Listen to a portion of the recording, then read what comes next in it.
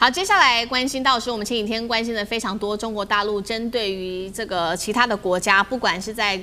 这个钨上面的制裁，或者是在稀土上面的制裁，这一次继续的卡住其他国家的制裁。那这一次北京锁死的关键的矿物，包括了 SpaceX， 没有了大陆的矿物的话，它也发展不了了。那另外一方面呢，这个美国是太害怕了吗？这个贸易黑名单这一次没有再新增其他有关于中国大陆的公司，怎么回事？今天一起来做关心。好，我们现在来看到过去美国针对于中国大陆说制裁就制裁，但是现在黑名单罕见的已经停更了长达半年的时间。最新消息是来自于路透社的说法，美国的商务部已经超过半年都没有更新贸易黑名单的实体清单当中了。而且呢，其实美国一直都想要打压，不管是中国大陆的 DeepSeek 或者是它的长兴存储等多家的公司，都说这几家公司具有国安的风险，很想要去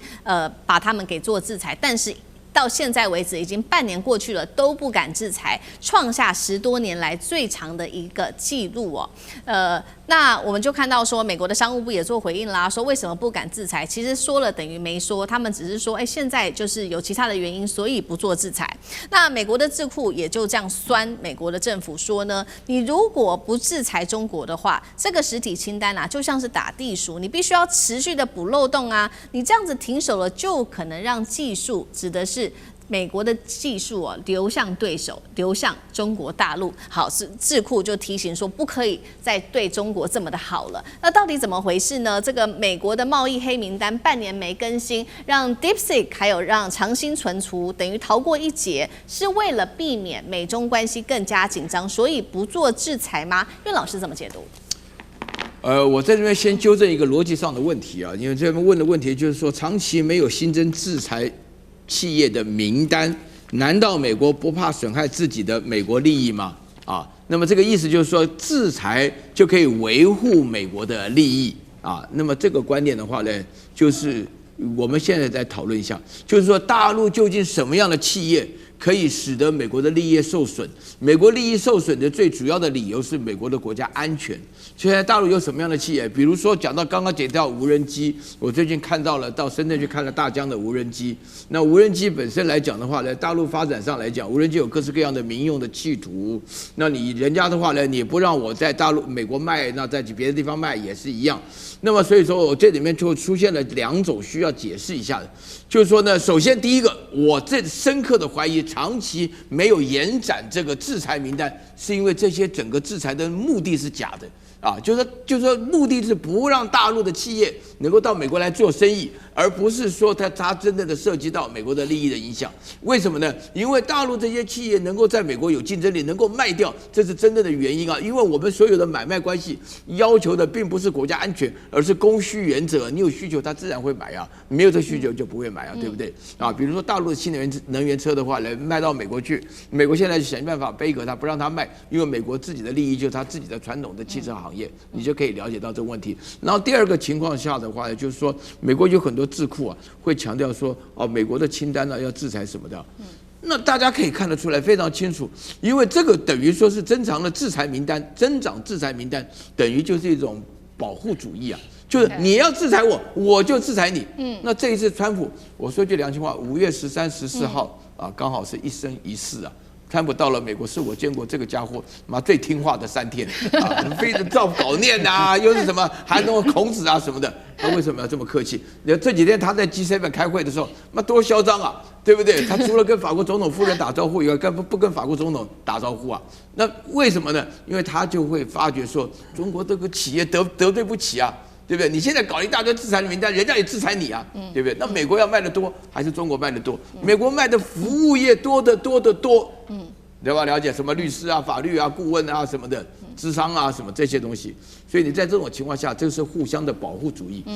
没有制裁名单，但那些智库就基本上开口闭口就是要延长对大陆的制裁了。好，所以现在美国也意识到对于中国大陆它制裁不起，但是另外一方面在贸易的清单上面我们看到相安无事，但是如果我们来看另外一个清单，是国防部开出的最新的清单，是2026年6月8号最新更新的，叫做中国军事企业名单清单。那这边要对中国大陆的企业来做打击的，扩大到了188家的中国企业，目的是要在打击协助中国人民解放军的实体，这是来自于美国的说法。好，打击到的一些新增的指标企业，包括都是大家耳熟能详的电子商务巨头阿里巴巴、搜寻引擎百度、电动车制造商比亚迪，还有呢药明康德跟京东方，涵盖的范围其实很明显了，就是这一些新兴的电子科技、航太、无人机、汽车制造、生技等等。那先前被列入的名单当中，还有这个大厂是动力电池大厂宁德时代。好，那另外一方面，我们也来看到，其实呢，美国这样子做，其实会不会害到自己呢？因为呢，它的供应链也被大陆给卡住。它是 SpaceX 最近一直想要发展推进它的轨道建设跟太空基础建设等等，其实呢是需要用到大陆掌控的这些关键矿产跟它的光伏材料的。现在美中关系搞得不好，供应链就会面临断裂 ，SpaceX 的它的计划也会被卡关。委员怎么看？对啊，照美国这样的方式来增加所谓的这个实体清单，我想很快的那个中国大陆的外送平台啊，什么美团啊、饿了么这些，可能都会被列入制裁清单了，因为他们也有送食物到中国大陆的解放军里头去啊。那么他们解放军的这士官兵也会点外送平台的食物啊，所以他们也服务了解放军嘛。所以大家看到刚才的这个什么180家。这不断的人数，这个产业不断的在增加，很快的，大概所有的这个中国大陆的企业都包含在里头了。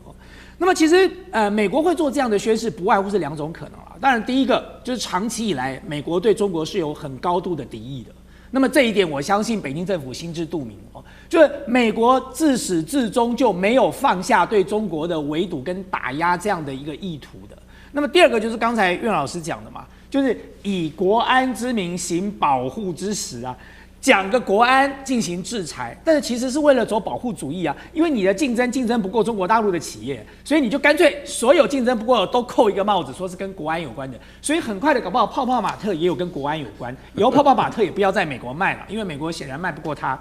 但是关键问题回来了，就我觉得中国大陆在这段时间它的立场越来越强硬了。而且它的策略也越来越有弹性了。所以过去我们通常看到的就是中国大陆是被动的来因应这样的一些制裁跟打压，可是后来你就会看到它开始主动的出击，而这个主动出击的这个工具箱里头的工具越来越多了。我们过去在看到的就是你要不要买它的大豆，你要不要买它的波音，然后呢你要不要这个把原物料这些稀有的矿产跟金属这个提供给美国，我们所看到的是这样哦。可是从 SpaceX 这一次我们所看到的，它不仅仅于此了。就中国大陆已经不仅仅在关键矿产稀土上卡关，它同时也把这样的一个策略拉到了中间产品了。就是事实上，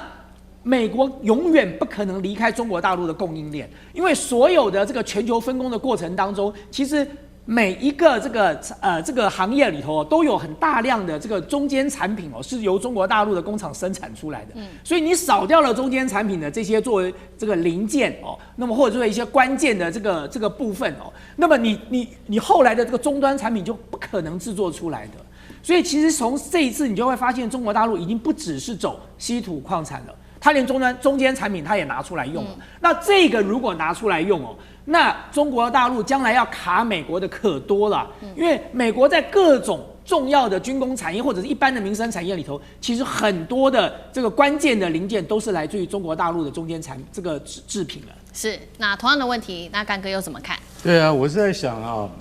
马斯克你现在已经是SpaceX， 他现在1.8兆美元。是史上最大的 IPO 哇，这个人类的这个记录啊，恐怕后人很难超过了。对。可是问题是你这个庞大的帝国，你靠的是什么呢？你要想想看啊，他想要在大规模的轨道基础建设，还有大数据中心这些东西它通通都需要中国的原料啊，光伏材料，对不对？可是大家要晓得，全球